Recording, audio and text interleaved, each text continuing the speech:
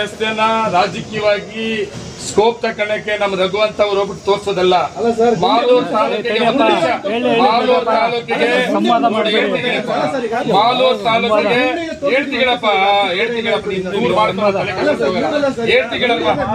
ಹೇಳ್ರಿ. ನಾನು ಹೇಳೋದು ಮಾಲೂರು ತಾಲೂಕಿನಲ್ಲಿ ಇತಿಹಾಸದಲ್ಲಿ ಇಲ್ಲಿವರೆಗೂ ಕೂಡ ಇಷ್ಟು ರಸ್ತೆಗಳು ಮತ್ತೆ ಇಂಥ ಪ್ರಾಜೆಕ್ಟ್ ಬರ್ಲಿಲ್ಲ. ತಗೊಂಡಿದೀವಪ್ಪ, ಕೆಲಸಕ್ಕೆ ಪ್ರಾರಂಭ ಆಗ್ತದೆ. ಮನೆ ದುಡ್ಡ ಇದು. ಅದೆಲ್ಲ ಒಂದ್ 2-3 ರೋಡ್ ಜಲ್ಲಿ ಹಚ್ಕೊಂಡ್ಬಿಟ್ಟು ಜಲ್ಲಿ ಗುಳಿ ಮುಚ್ಚಿ ಎಷ್ಟು ರೋಡ್ ಮುಟ್ಟಿಸ್ತೀಯಪ್ಪ ನೀನು? ಯಾವ ರೋಡ್ ಮಾಡಿಸ್ತೀಯಪ್ಪ? ಮಾಡಿಸ್ ನೋಡೋಣ ಆಗ್ಲಿ. ಮೊನ್ನೆ ಹೋಗಿ ಜಲ್ಲಿ ಆಗದೆ, ಇವತ್ತು ಮಳೆ ಬಿದ್ದೆಲ್ಲ ಎದ್ದೋಗ್ಯದಪ್ಪ. ಅದೇ ಪರಿಹಾರನ ನೋಡಿ. ಅದು 4 ಲೈನ್ ರೋಡ್ ಆಗಿದೆ. 3200 ಕೋಟಿ ನಮ್ಮ ಸರ್ಕಾರ ಒಂದು ಇಂಡಸ್ಟ್ರಿಯಲ್ ಕಾರಿಡಾರ್ ರಸ್ತೆಗೆ 3.5 ಕಿಲೋಮೀಟರ್ ಫ್ಲೇವರ್ ಇದೆ, ಮತ್ತೆ 4 ಲೈನ್ ರೋಡ್ ಇದೆ.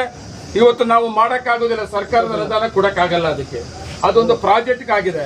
ನಾವು ಗುಳಿ ಮುಚ್ಚಂತ ಕೆಲಸ ಮಾಡಬೇಕು. ಗುಳಿ ಮುಚ್ಚಿ ಅವ್ರಿಗೆ ಹ್ಯಾಂಡ್ ಓವರ್ ಮಾಡಿದ್ರೆ ಆ ಪ್ರಾಜೆಕ್ಟ್ 4 ಲೈನ್ ರೋಡ್ ಅನ್ನ ಮಾಡಬೇಕು. ಇನ್ನು ಉಳಿದಿರೋದು ಎಷ್ಟು? 2-2.5 ಕಿಲೋಮೀಟರ್ ಇದೆಪ್ಪ. ಮಾಲೂರಿಂದ ಜಯಮಂಗಲ ಮುಂದುವರೆಗೂ ಕೂಡ ಗುಳಿ ಮುಚ್ಚಿದೀವಿ.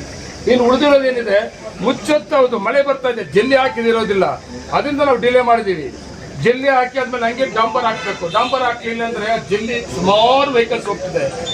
ಸುಮಾರು ಒಂದು 50 ಟನ್ 60 ಟನ್ ವೆಹಿಕಲ್ಸ್ ಹೋಗುವಂತ ರೋಡ್ ಅದು ಮತ್ತೆ ಒಟ್ಟು ಹೋಗ್ತಿದೆ. ಅದಕ್ಕೆ ನಾವು ಪ್ರಾರಂಭ ಮಾಡಬೇಕು ಅಂತಿದ್ರೆ ರಾಜಕೀಯವಾಗಿ ಹೋಗಿ ಅದು ದೊಡ್ಡದಾಗಿ ಏನೋ ಆಗ್ಬಿಡಿ. ಏನೂ ಆಗಿಲ್ಲ. ಮಾಲೂರು ತಾಲೂಕಲ್ಲಿ ಎಲ್ಲಾ ರಸ್ತೆಗಳು ಚೆನ್ನಾಗಿದೆ.